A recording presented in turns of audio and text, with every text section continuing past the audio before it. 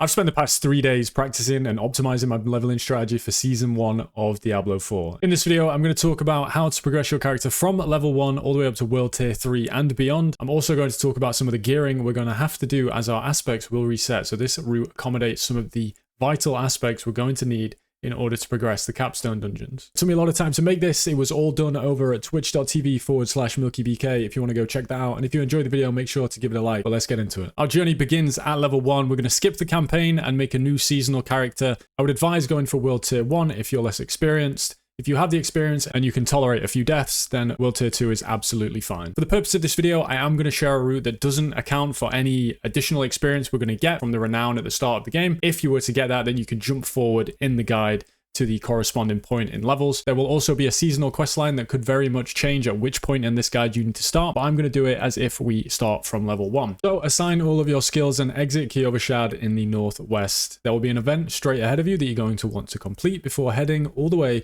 over to Menestad, which is situated quite nicely between two other events. Complete both of these before taking the long journey south to the Lost Archives. The reason we're doing this is the barrier aspect is quite a strong one and very nice to have.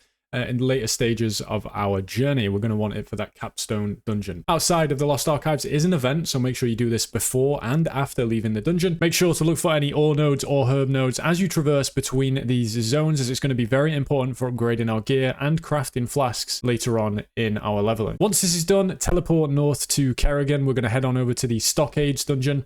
Run this a number of times until you get to at least level 13. If you're on World Tier 2, this should be one dungeon.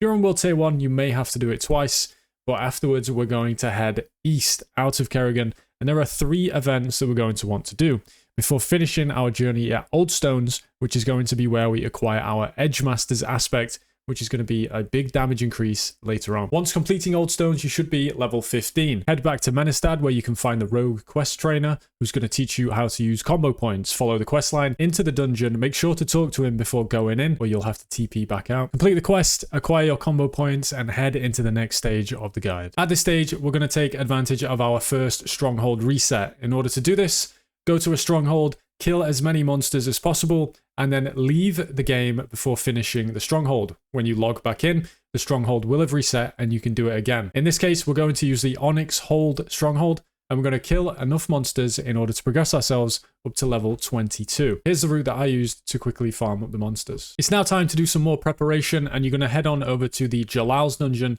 in the northeast of Skosglen. It's going to be a long journey from Kerrigan over there, so on this journey, make sure you're looking out for any events or some ore or herbs, as they are going to be very important later on. Head into this dungeon, complete it. We're going to be rewarded with the Twisting Blades aspect. The reason for this, despite us leveling as Penetrating Shot, as the capstone dungeon is much easier to complete as Twisting Blades, and it is only one aspect different.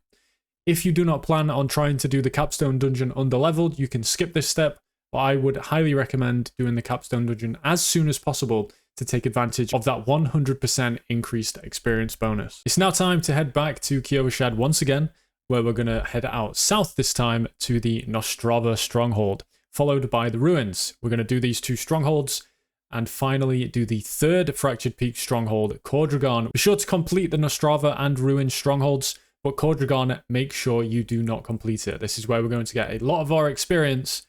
As you can see from the footage, we can farm very, very quickly and get a lot of experience. So this is where we're about to spend a lot of our time. We can split Cordragon up into 3 sections, and you can see from the first one, this is where we get that incredibly satisfying pull with Penetrating Shot. Follow this by going into the main room to kill 2 elites, and finally head to the left, down the stairs, group these 2 elites together here to kill these finally. After this, reset the stronghold and do this until you reach level 30. Again, remember, do not complete the stronghold even once reaching level 30. At level 30, we're going to take a quick break from farming Cordragon and head south to WOWZERS. Complete the Bastion of Faith dungeon to unlock the Trick Shots aspect, which will greatly enhance your Penetrating Shots clear speed. You can also head up to the Halls of the Damned, where you could find the Disobedience aspect, which is going to provide you a lot more armor, which can be very useful. I personally have done this run without getting the Disobedience aspect and not noticed much of a change. But if you want to be tankier, you can absolutely do this dungeon at this stage. Head back to WOWZERS and make sure to imprint the aspect you just farmed from Bastion of Faith, the Trick Shots aspect, onto your two-handed weapon, which is going to make your time farming much easier because now you have a decision to make. It's entirely possible to defeat the capstone dungeon as early as level 36. However, for most players, this is unreasonable. It's a very challenging encounter. You have to take the dungeon one mob at a time, one pack at a time. For most people, I would recommend continuing to farm Cordragon until you're at least level 44 or 45, at which point you can progress into the capstone dungeon at a better state of gear and having more skill points. Congratulations, we'll now be in the Nightmare difficulty World Tier 3, and we have access to a few more things. We have access to Nightmare dungeons, Hell Tides, but we can also go back to Strongholds and keep farming them. They won't exceed our level like the zones will. Once you enter World Tier 3, mobs will be level 53 plus. You can go back to Cordragon and you can farm this even more to get more experience. So based on the level at which you did the capstone, you will want to come back and farm Cordragon until you are at least level 47. At this stage, it's time to head back into the world and identify where the Tree of Whispers events are.